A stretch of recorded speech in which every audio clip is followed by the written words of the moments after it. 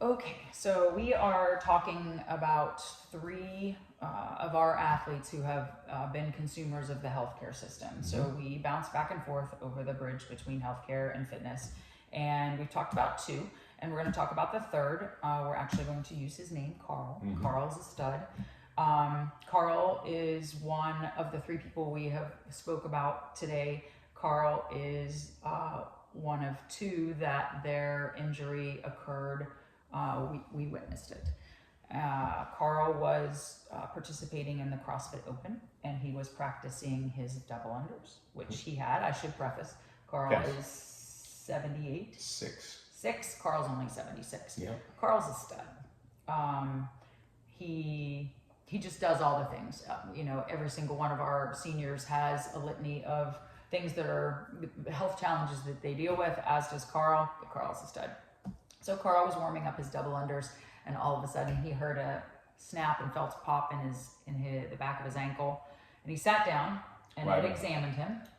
Yeah, so I examined him right away. And, I was out of the corner of my eye. Sam was training, and out of the corner of my eye, I could see he was working on jumping.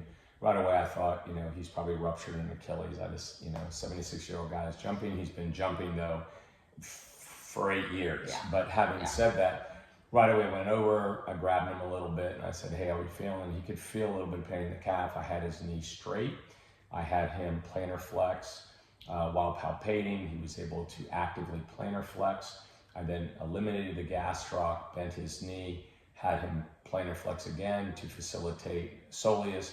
He was able to do that as well. So, I put him back into extension, I put him back into flexion. Because he had a lot of discomfort, and so I'm like, I'm absolutely sure he's ruptured this thing. It was really But not fully. No, not at all. I'm talking about right at the time of the acute injury. I was like, I just meant you didn't feel like it was a full rupture because he had not at all. 100%. I thought like, hey, we're going to be all right here. Okay. The question then would be, how do we work through this process? Right. And based on his age, based on his pain level, based on what I got to see, that was on a Saturday morning. Yep. I then saw him Monday. Well, you referred him? I didn't refer him yet. He didn't want to go anywhere. He could walk on it, if you remember. That's right. And he did not want to see a doctor. Okay. Yeah, absolutely the opposite. I wanted him to see a doctor, get cleared, a separate set of eyes, and then maybe even an MR. Yep. And then a separate set of eyes, because I knew this guy. Listen, I'm treating him like a guy that's going to be trying to do jump rope for the next 10 years of his life. Because that's what he wants to do. Because that's what he wants to do. And so in the meantime, he comes back Monday. There's some swelling in his leg. It bothered me a little bit of redness in his leg bothered me a little bit. I was thinking, oh gosh, let's make sure he doesn't have phlebitis or, some sort of embolus going on or a clot or something. Doing fine. Still, I once again tested his plantar flexion. Looks good. I said, listen, if you're not going to go to the doctor, I would feel much better at this point in time if we get you in some sort of boot or stabilizer, because I don't like what your leg looks like, and I don't like the way you're walking. Right. I might also add on that Saturday, I remember you and I keep at least 4 pairs of crutches in the office. I gave him a pair of crutches. That's right. He walked out on his own, drove home on his own that day. And so then became the process of him being in a boot and trying to work through it. And every time he would come in, and by the way, which I loved about him, he would come in and get on the bike. Yeah. He would come in and do upper body stuff. Yeah. We could do some single leg work. Yeah. We do core work. So I was impressed that he kept doing that, but I just didn't like where his leg was progressing. Right. We're getting to your story. So I said, Carl, I'm going to feel a lot better if you go to see somebody. Yeah. He said, tell me who to see. So one of the bigger groups here, I have a lot of physicians that I like, but I also really want to make sure that I'm sending him to somebody, not a geriatric. Yeah. This isn't an OA issue. This isn't OA of the knee. This isn't OA of the hip. This isn't spinal stenosis. I feel like I need someone that's going to say, look, man, you got a partial tear of your Achilles and it's horizontal or vertical in the tear, and let's look at this. And so I chose one of 3 physicians based on their bio. Yep. And I chose the physician based on their bio, based on what Carl had asked me to look at this group of physicians based on the one that was really, I thought, had the best sports medicine training. And so, I'm trying to he went. So he went. Yes. And whenever I refer, I didn't know the physician. Whenever I refer, I feel as though it's my reputation on the line. And so it didn't go well. Yeah, it didn't go well. Let's cut to the chase. Carl came back and he was, it starts with a P, but irritated. He was irritated. He was, correct me if I'm wrong, talked down to. Yeah. Almost like, why is a guy your age jumping rope? And that's how he was treated. He actually said, if I had fallen off a ladder changing a light bulb, I would have been treated better than the fact that I am athletic and I'm fit and I have an injury from keeping myself healthy. Yes, and I might add on that, take that one step further for the audience. Prior to seeing that doctor, he had committed through his primary care to get an MRI. It showed a small, kind of a transverse-like tear in the Achilles. And I remember on a Sunday morning looking at his MR, and that's when I said to him too, I believe you're functional. I see this partial tear. It's above my pay grade.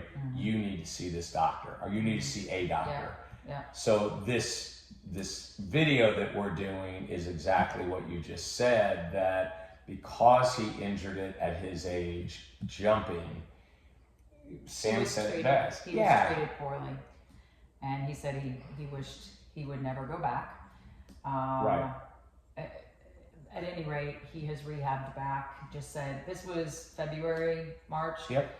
He said the other day, I'm ready to start jumping again. And I was just like, not on my watch. We'll put you over on Ed's schedule to do that. But I think that he did have a follow-up, and he said the doctor was a little bit more courteous. Correct, yes. I recall CrossFit Health had a forum when they first created the CrossFit Health panel, and I can't remember the name of the physician, but she was a female. She was an internal medicine physician, and her quote was, I would rather have a waiting room full of tendinitis and sprains and strains from seniors being active. I think it was actually from just general population being active. That's right. Then I would have a waiting room full of heart disease, diabetes, and hypertension.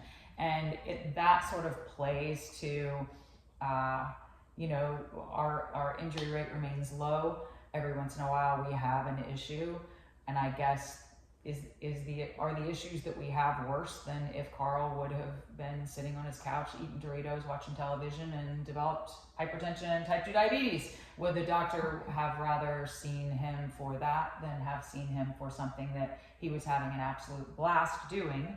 And things happen. Yeah, and I just want to fill in really quickly, because I know we don't want to drag on here. It's on topic, but a little off topic. Remember that the number one thing we're trying to do more than ever over the last year, and I want to give credit to a physician out of New Hampshire or Delaware by the name of Michalek. He's an orthopedic surgeon, and the punchline that I want to say to you, to the people that are watching this, is that seniors move slow because seniors move slow. It's not because they're injured. It's not because they're sick. It's not because they're old. It's because you're moving slow. And one of the things that we talk about is type 1, type 2 muscle fibers. I was so concentrated on Carl with these explosive muscle fibers vis-a-vis the gastroc and that muscle.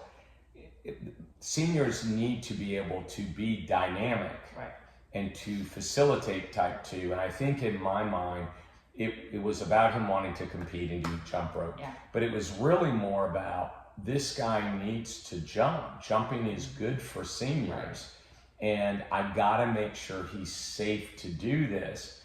And I wish that the orthopod that saw him recognizes that while he might not agree how he did it, that a senior to be explosive, to just get across a line of traffic, to cross traffic, has got to move quickly or it's going to be roadkill. And so obviously for me, it really wasn't about, hey, I'm going to get this guy to the best in the world. It was more like, shit, he's got to be able to jump. And I think that's something that if somebody's watching this today, I don't want it to be like it's the most stupid thing in the world. No, it's not stupid. Seniors have to move faster. They have to do It's the those tripping things. hazard. That's Whether exactly they realize right. it or not, every time they trip, they're technically jumping when one foot's been caught and there are 2 feet in the air as they're facing to land. That's considered a jump. Yeah, by the way, that's a great choice that highlights also that it matters how you talk to people. And I don't mean being nice or polite. If you tell them they shouldn't or couldn't and you're wearing a white coat, they very often will take that as gospel. I shouldn't and I couldn't. And my doctor told me that. And they end up the person sitting on the couch eating Doritos with type 2 diabetes, watching television. So at any rate, Carl's back in the game and he's fine. Looks good. I think he will jump next year. He will. Treated him an hour ago. He's looking good. We'll warm him up a little differently maybe, but at any rate, so perfect. That was case study number 3. Awesome.